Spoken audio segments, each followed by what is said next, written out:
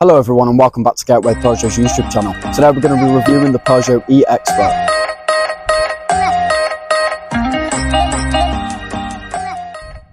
On first initial looks, this van does look extremely stylish.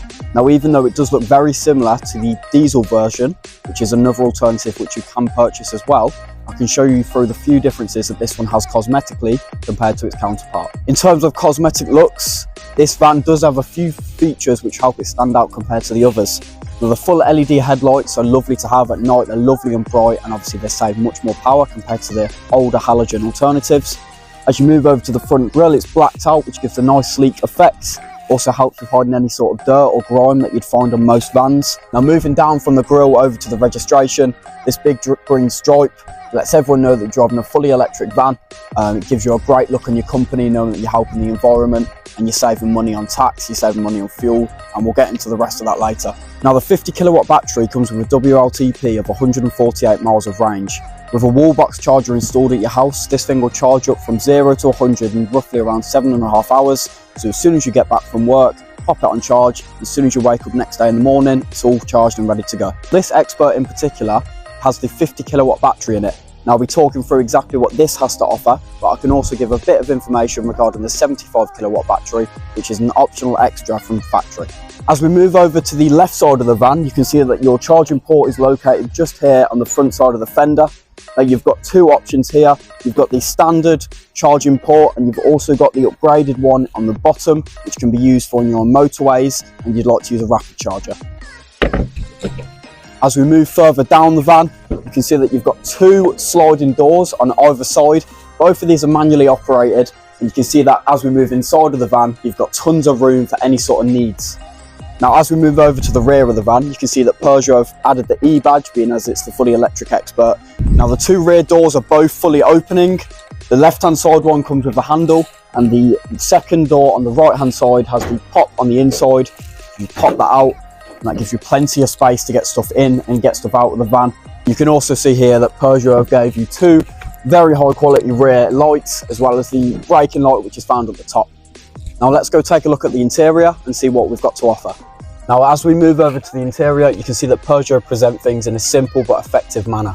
You've got the nice touchscreen over here, which has Apple CarPlay, Android Auto. It's got Bluetooth, and it's got a built-in stereo system also, so you've got your radio on there. You've got all your songs you'd like to listen to, your phone calls, your texts will all come through the screen. You can locate that all there just from sitting in the car.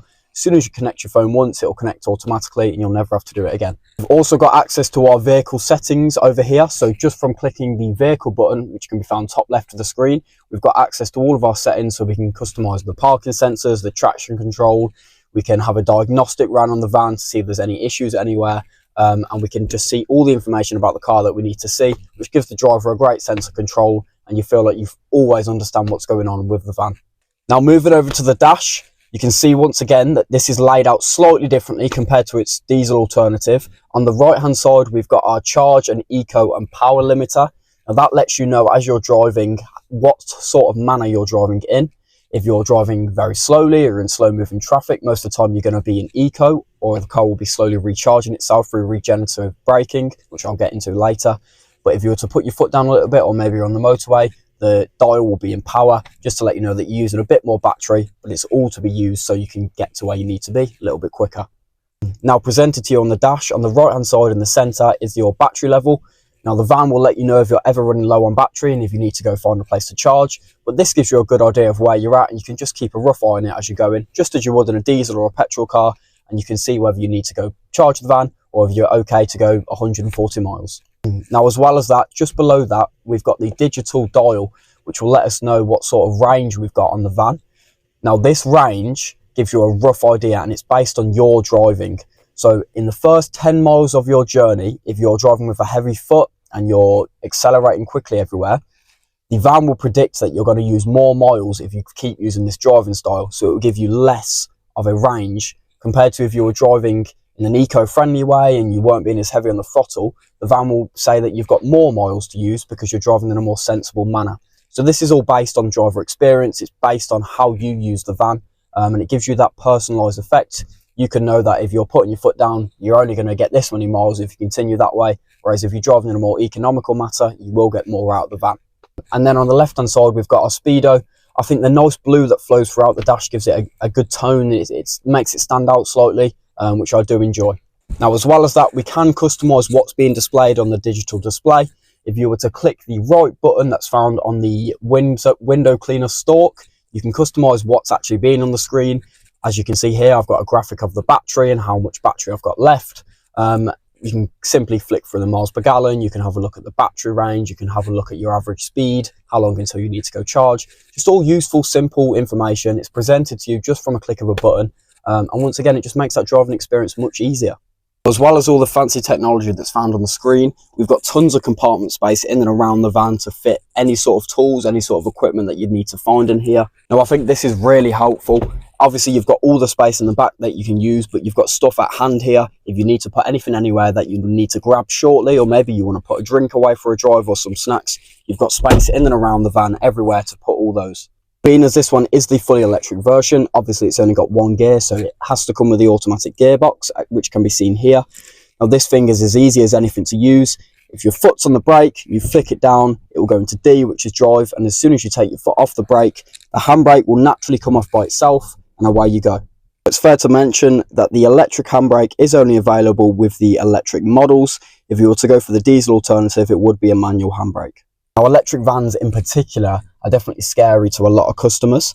I thought I'd compare this to a diesel alternative just to give you a rough idea of how much money this could save you over a 5 years ownership. So what I've done, I've compared both vehicles over 14,000 miles a year, and like previously mentioned, I've times this by 5 to show the total cost of ownership over 5 years. I've included fuel cost and tax cost to give you a good idea. So a diesel Expert averages around 42 miles per gallon.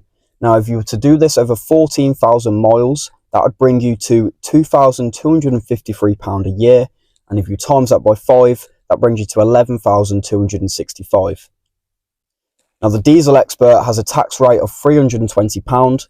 So once again, if you were to times this by 5, that gives you £1,600. And then if you were to add that on to the £11,265 that you'd spend in fuel, that gives you 12,865 pence over a 5-year ownership of this van. Now, obviously, these figures are all subject to conditions. I've done it based on the average fuel cost in the UK, and I've also done it on the current tax rate as of February 2024.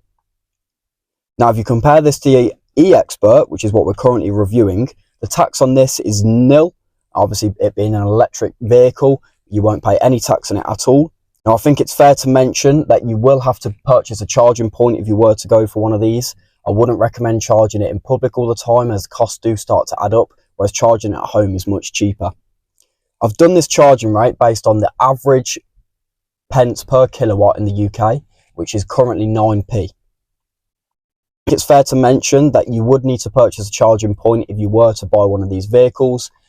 Going out and charging it in public all the time isn't the most effective way or the most cost-effective way of doing things. So I've included a charging point, which is average is around £800 British.